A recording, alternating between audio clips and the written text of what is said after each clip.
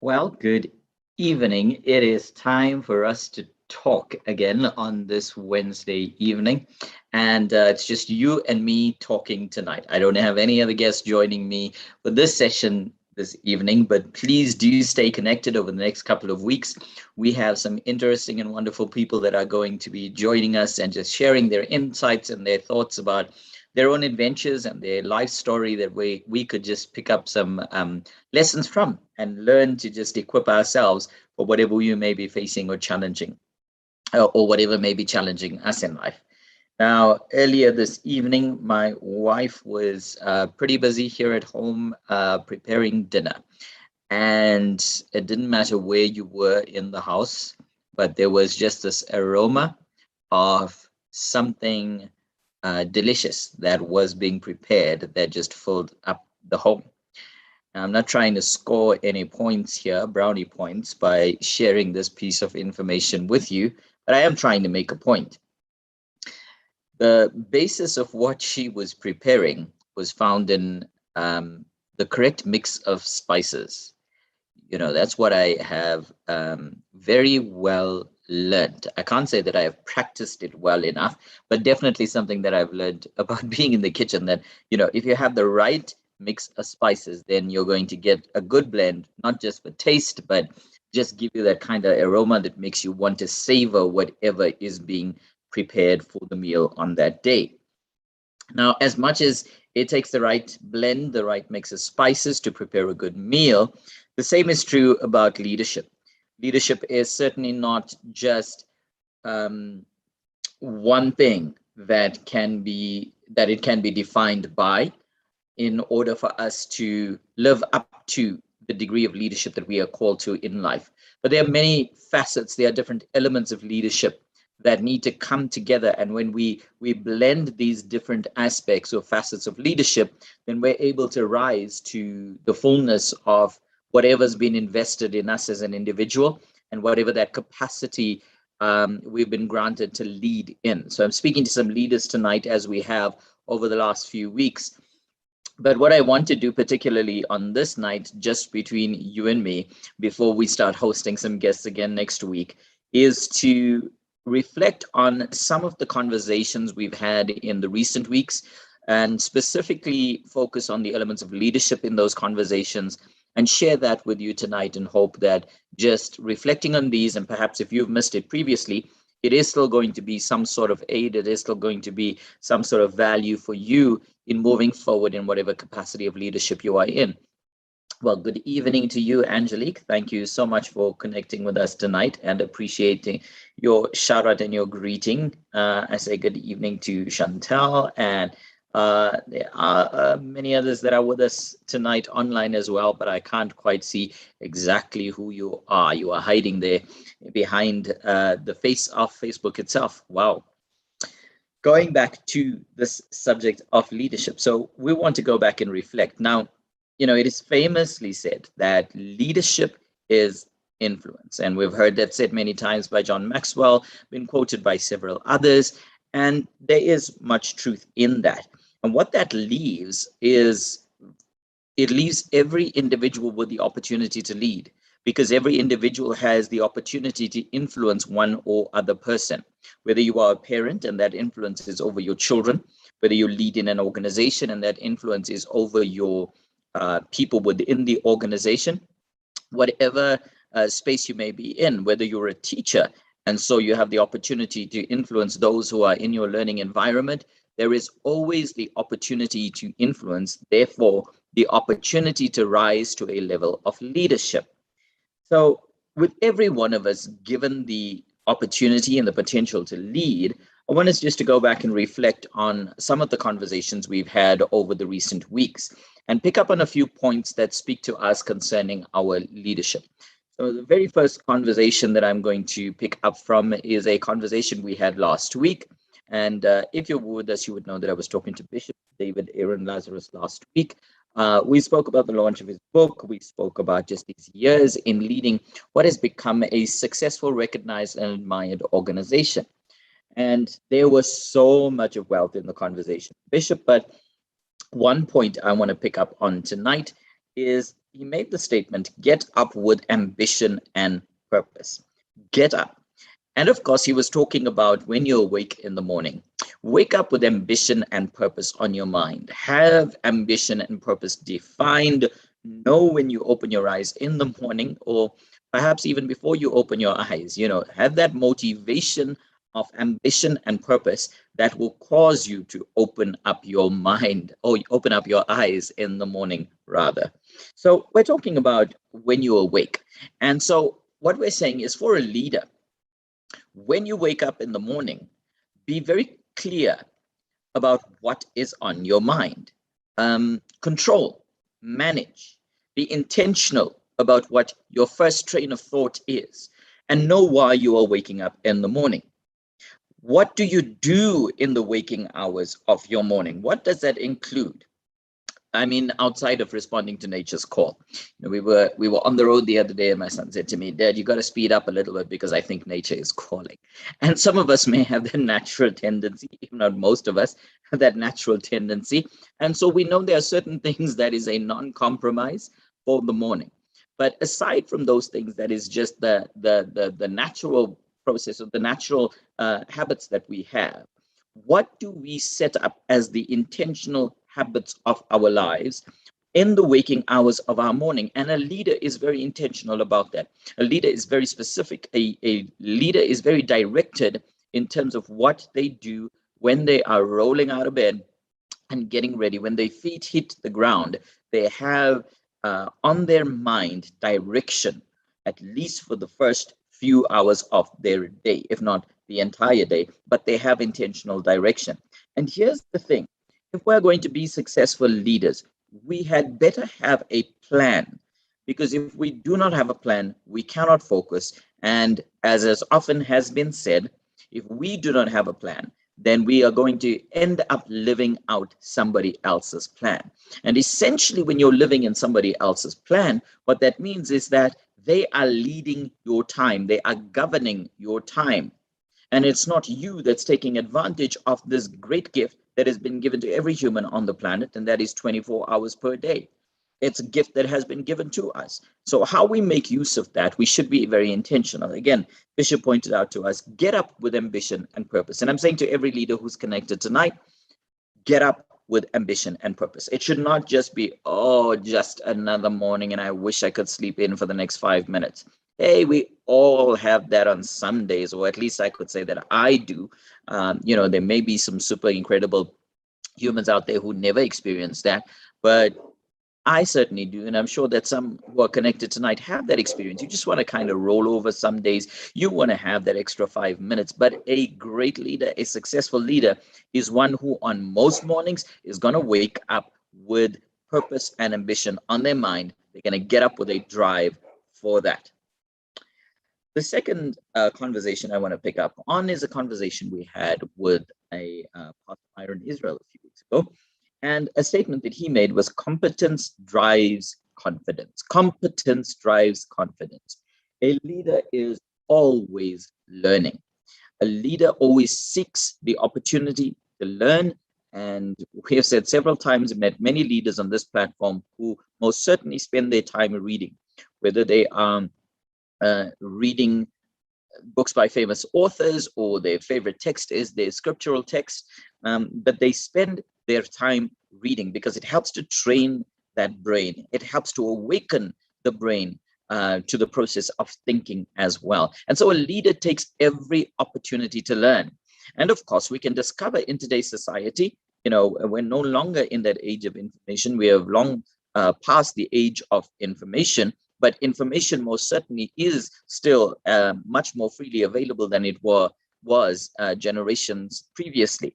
And so there is even the opportunity to learn for free these days. If you have connectivity, wherever you may be sitting, you can always pick up an article. There are things that you can find, you can investigate, you can research and learn new things that you haven't before spent your time learning. A leader can develop their confidence by building their competence. That's what we learned. A second statement that Myra made was that opposition has the potential to push you to the next level.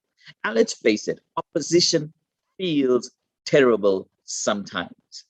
It feels terrible when you have opposition, when people are up against you, when circumstances are not quite working out the way you expected it to work out. It feels just not nice, to have opposition, because we all want life to be great. We all want life to go our way. We want it to work out. And we kind of cringe when we hear the stories of people who make it seem like, hey, I have it all rosy and I just took a risk and everything just worked out for me. Really? I mean, okay, good for you. But realistically, we're thinking at the back of our minds, man, I just wish that you would keep quiet because I have not experienced life that way. Listen, opposition feels terrible sometimes. What we need to remember in the midst of opposition is that we can be real about our emotions, but emotions are not our reality. We can be real about our emotions, but emotions are not our reality. They do not define what is real. Emotions are simply feelings that we have. It is not the reality of your circumstance. Let's look at an example. If you're sitting down and watching a horror movie, you're going to feel scared. Well, depends. Some people find it humorous and, maybe you're a little bit of that crazy character. But in the very normal context, I'm not one who enjoys horror movies. I'm not a fan of it. But if you're sitting down and watching what would be a horror movie, it's going to conjure up some feelings on the inside of you, some anticipation, anxiety, fear. It's going to stir all of that up inside of you. Yet you're watching a movie. So is it your reality? No, it's just a movie that's stirring up something in your imagination, but it's also stirring up your emotions. So your emotions are real, but it is not your reality, because you could very easily just turn that device off and quit watching the movie. It's not your reality. And in the same way, when opposition comes up in your life and it's challenging you as a leader, it may not feel nice, and you can be real about the way that you feel, but remember that your emotions, that is not reality. It's just the way that you feel. So learn how to deal with those emotions. The third conversation I want to pick up from tonight is a conversation we had with Stanton, and we had Pastor Manuel join him. And a statement that he made was, passion and drive must be supported by structure. Then he pointed out for us that structure is people. It's made up of people, rather. Passion and drive must be supported by structure. Now, when we look at the world around us, structure is extremely important. Structure supports beauty. If you look at The trees that have turned green in our part of the world because we've just entered the spring season, you know, we don't see the roots that's there, but the roots have a certain element of structure to them. Not everybody is necessarily admiring the trunk, but the trunk is providing some sort of structure. But when the leaves turn green, and if you have a row of trees down the road, or and they cover that street so beautifully, you are wowed by just the greenery and how beautiful that appears. But there is a structure supporting that greenery. The same thing with buildings, if you will. If you walk into a building, there are certain parts of the building that is there simply holding the building up. It was not intended there just to be made pretty. You can design it, you can decorate it to make it look nice, but in reality, there are certain walls in your house that's called load-bearing walls. In reality, there are pillars in certain structures. It is there because it helps hold that place together. And of course, there's the foundation that's part of the structure. So a structure is not necessarily placed there to look beautiful. We can make it look nice, but it is there because it is imperative. It is necessary. You cannot do without it. Remove the structure, there's no building left. Everything's just going to fall apart. And so again, passion and drive must be supported by structure. And that structure includes, very importantly, people.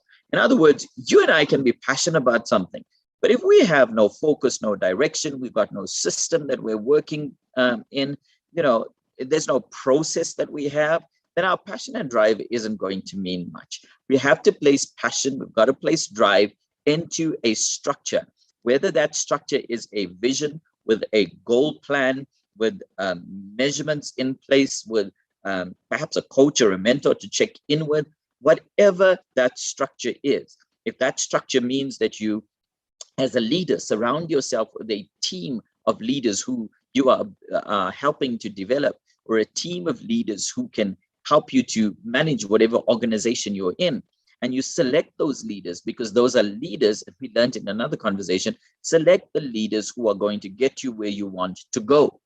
And so you want to select the right kind of people who essentially form a structure that help you reach the objective. Whether your objective is to feed 5,000 people and you need 12 leaders who can get those 5,000 people seated in different groups all along the grass and get them served with the meals that have been provided, you've got to have a structure in place to feed the 5,000 people. If your structure is to go out and to raise up a mighty corporate business or company, you need some people along the way who are going to form part of that structure. So your passion and drive is not the only thing that's going to get it done. You need people around you who are going to form a strong structure, and select those people wisely. Not just people that you like or people who like you, but more importantly, people who have the right kind of skill set, people who can strengthen what your weaknesses may be. So select the right kind of people to form the structure around you. The last conversation I want to pick up on tonight is a conversation we had with Gabriel and Pastor Adrian. And we had a good old laugh, but something that came up in the conversation, it's not a statement that was made, but it is a statement I can make tonight, is to say to you and I, let's do something different, something outside of our field, something that not everybody will expect us to do. There is the norm, there is the way that everybody else is doing it. But if we choose to do something differently, it could help us just get a breather. It could help us see things differently. And an outside perspective almost is what it will give us, and help us to overcome the situation or the circumstance that we may be facing.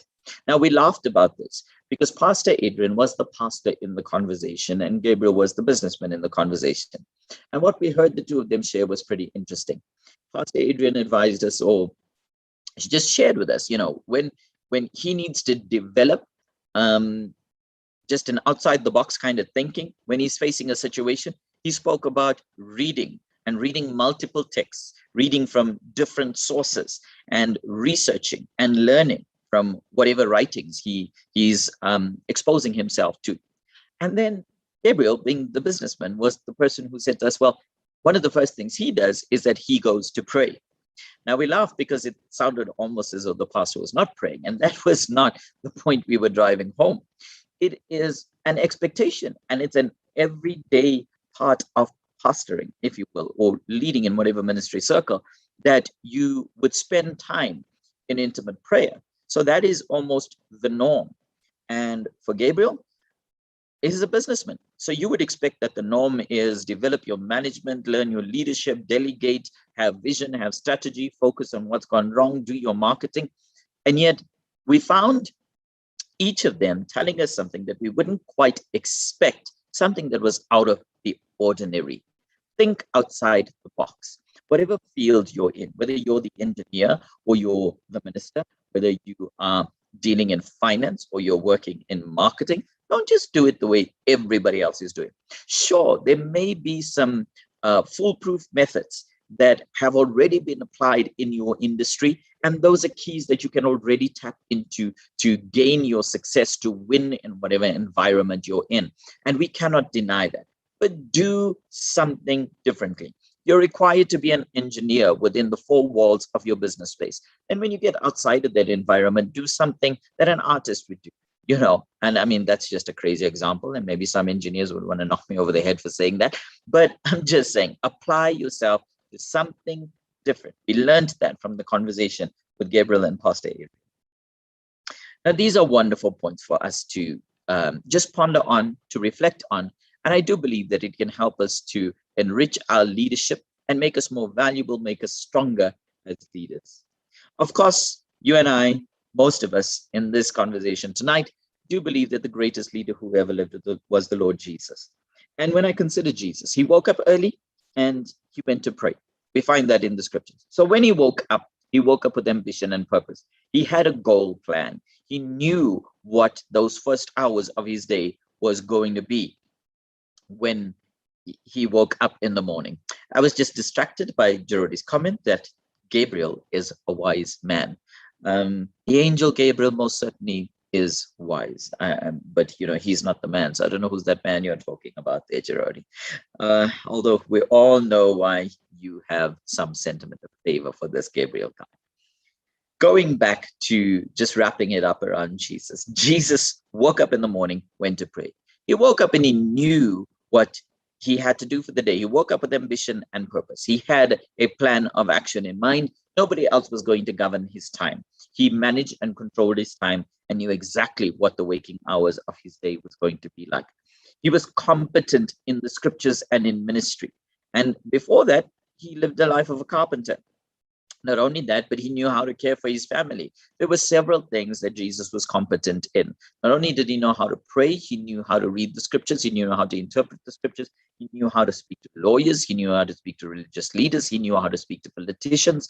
He was well equipped and he was competent. He understood how to organize, he understood how to develop others, he understood how to run a treasury and had a treasurer around him. He applied himself to many different things and was a competent individual.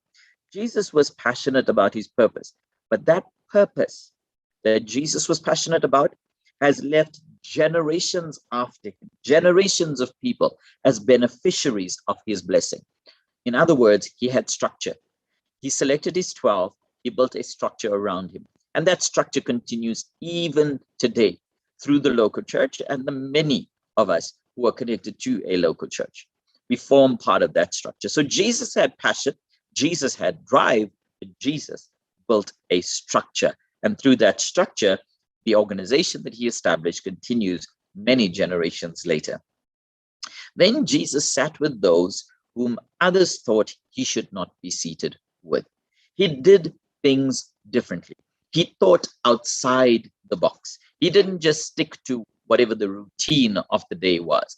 He didn't do things the way everybody else did it. Jesus found different ways of reaching people, different ways of communicating, establishing his kingdom, different ways of ministering the message that he came to minister. So he thought outside of the box. And those are our reflections for this evening. Get up with ambition and purpose. Competence drives confidence, so develop your competence. Passion and drive must be supported by the structure of the right people around you, and do something differently. And of course, we just threw in for Mahala that when it comes to opposition, it may not always feel great to have opposition, but remember that Even though emotions are real, emotions are not your reality. Just have to be able to interpret them correctly and go back to the drawing board and figure out, okay, how do we move forward from here? Things have not quite worked out the way we expected it to. We don't feel very nice about it, but let's adjust the plan and let's move forward from here. Those are my reflections for this evening. I haven't asked you if you had any questions, but you may go ahead and populate the comment section if you do have any questions for us to address tonight. But those are my reflections. That's what I've had to share with you from the last few weeks. Please do remember, as we get back to next week, we have some guests lined up with some very interesting conversations that we can learn from, we can hopefully spend some time laughing together about as well. But yeah, let everybody know that our guests will be back in session over the next few weeks, and I look forward to engaging with you and with those who will be joining me on the platform. But tonight, though, it's going to be a good night. God bless. I do hope that you have a wonderful evening. It's been great talking to you.